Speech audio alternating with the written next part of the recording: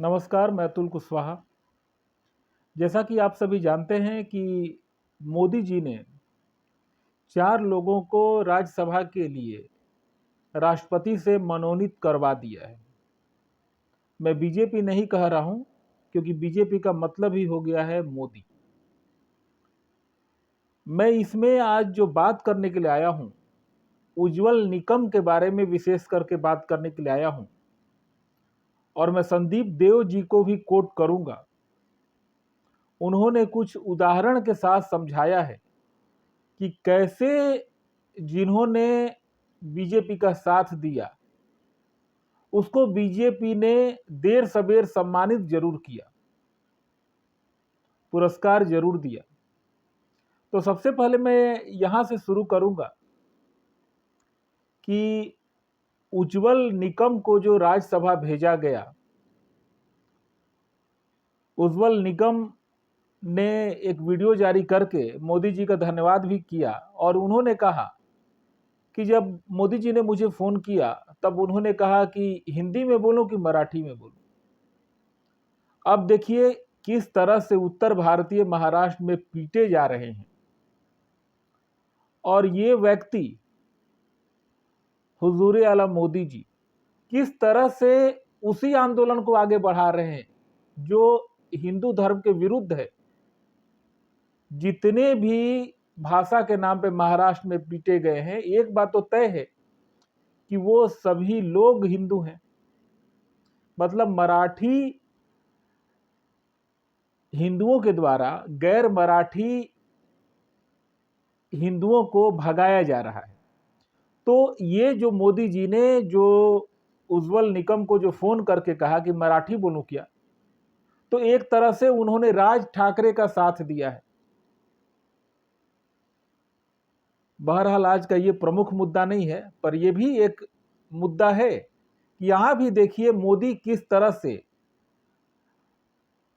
हिंदी भाषा के विरुद्ध खड़ा है। और जैसा कि आपने देखा था कि किस तरह से वो इन चीजों पर चुप्पी साध लेते हैं। और जब मुंह खोला भी तो मराठी में खोला या मराठी के लिए खोला।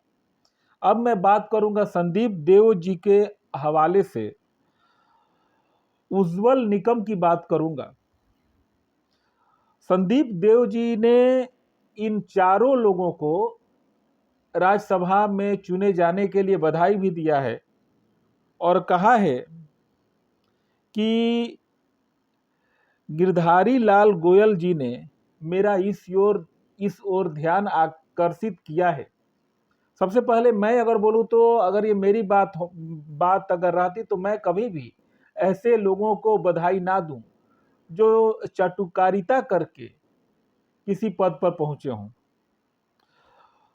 उज्ज्वल निकम 2 बार लोकसभा का भी चुनाव लड़ चुके हैं बीजेपी के टिकट पर और दोनों बार इनको मुंह की खानी पड़ी है। पर मोदी जी भी कहां मानने वाले थे, पुरस्कार तो देना ही था, तो उन्हें राज्यसभा भेज दिया। अब मैं यहां पे बात करूंगा, संदीप देव जी कहते हैं और मैंने भी ये खबर देखी थी,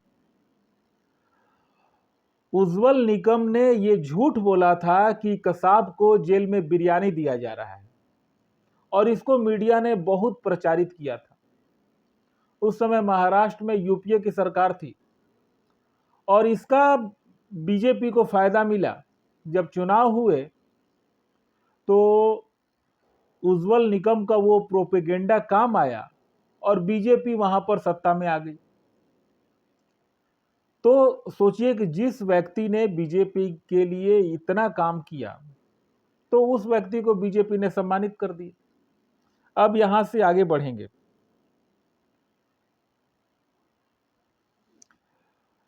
जो 1,76,00,000 करोड़ का जो 2G स्पेक्ट्रम घोटाला था, यह भी झूठ साबित हुआ था। इस घोटाले में तत्कालीन कैग विनोद राय ने इस घोटाले के बारे में राज खोला था और इसको खूब प्रचारित किया। और उस समय जो मंत्री थे ए राजा, उनको यूपीए सरकार के शासनकाल में जेल भेज दिया गया और उनको जमानत भी नहीं मिल रही थी कोर्ट से। मतलब ये प्रोपेगेंडा इतना ज्यादा चलाया गया। फिर भाजपा की सरकार जब बनी, मोदी सरकार आई, तो ए राजा को सीबीआई के अदालत द्वारा क्लीन चिट दिलवा दिया गया।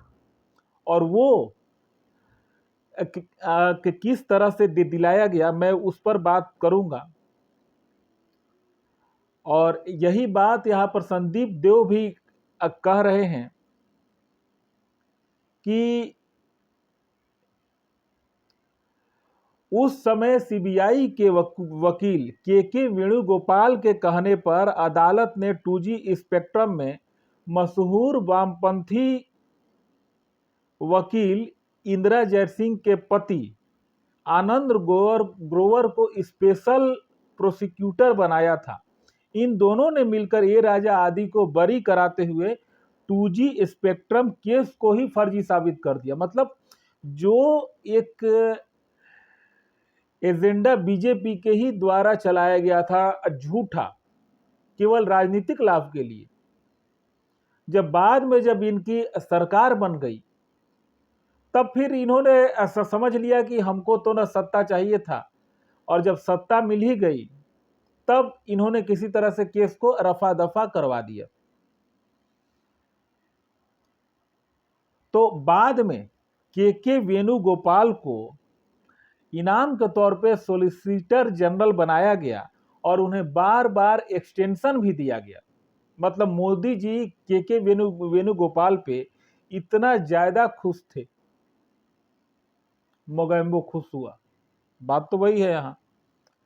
फिर एक मैं यहाँ पर नृपेंद्र मिश्रा का जिक्र करना चाहूँगा। जब 2014 में मोदी सरकार जब आई तो उसने कानून बदल करके नृपेंद्र मिश्रा की नियुक्ति पीएमओ में की। मतलब ये नृपेंद्र मिश्रा पर इतना ज्यादा खुश थे कि प्रधानमंत्री कार्यालय में लाने के लिए उन्होंने कानून बदला। और यहां पर एक चीज ध्यान देने योग्य है कि नृपेंद्र मिश्रा ने मुलायम सिंह यादव की जब सरकार थी तो उस समय वो प्रिंसिपल सेक्रेटरी थे, जिन्होंने एक टीवी चैनल से के बातचीत में कहा था कि जब कार सेवकों पर गोली चलाई जा रही थी तो वो ऑपरेशन रूम में थे। मतलब वो इसको करवा रहे थे, सब कुछ कैसे करना है गाइड कर रहे थे। और ये बात उन्होंने एएनआई के साक्षात्कार में कहा है कि मैं कंट्रोल रूम में था।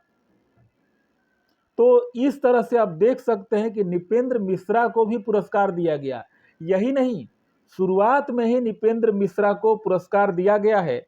जब कल्याण सिंह की सरकार बनी तो नृपेंद्र मिश्रा को बहुत ही सीनियर पद दिया गया था, लेकिन बाद में जब संघ के मुखपत्र पंचजन्य में कुछ साक्ष्यों के आधार पर नृपेंद्र मिश्रा का कनेक्शन अमेरिका के खुफिया एजेंसी CIA से जुड़ा, तब उनको पद से हटा दिया गया था।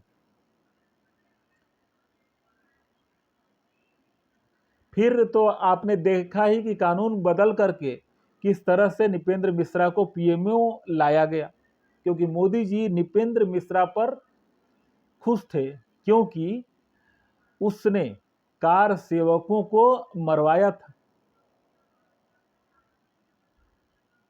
फिर एक ऐसा ही मामला यूपीए सरकार में गृह मंत्री रहे आरके सिंह का है। शायद आप लोग को याद हो कि जब 26/11 हुआ था तो उस समय एक होने के बाद एक पुस्तक लॉन्च किया गया था कि 26/11 आरएसएस की साजिश। उस पुस्तक के लॉन्च में आरके सिंह भी शामिल थे और उसी आरके सिंह को बीजेपी सरकार में, मोदी सरकार में राम जन्मभूमि का सर्वे सर्वा बनाया गया। मतलब यहां पे देखिए तो क्या ये जो 26/11 आरएसएस की साजिश के पुस्तक के विमोचन में जो व्यक्ति शामिल था, उस व्यक्ति को मोदी सरकार ने पुरस्कार दिया और उस समय भी आरके सिंह के विरुद्ध किसी भी प्रकार का गलत प्रोपेगेंडा फैलाने के लिए संघ और बीजेपी के द्वारा कोई एफआईआर वगैरह भी दर्ज नहीं किया गया था, क्योंकि ये जानते थे ये उनके फायदे की बात है। आरके सिंह का बहुत बड़ा हाथ रहा है हिंदू आतंकवाद गढ़वाने में। तो मैं यहाँ पर एक और बात बोलना चाहूंगा जो कि मैं संदीप देव जी के ही हवाले से बोल रहा हूं कि आरके सिंह को बिहार के आरा से भाजपा के टिकट पर भी चुनाव लड़ाया गया और उन्हें लगातार 2 बार भाजपा की टिकट पर जीत मिली और मोदी सरकार के मंत्रिमंडल में भी शामिल रहे। मतलब वो व्यक्ति जिसने संघ और बीजेपी के विरुद्ध काम किया, उसको बढ़िया मतलब न कि लोकसभा का टिकट दिया गया बल्कि मंत्री भी बनाया गया।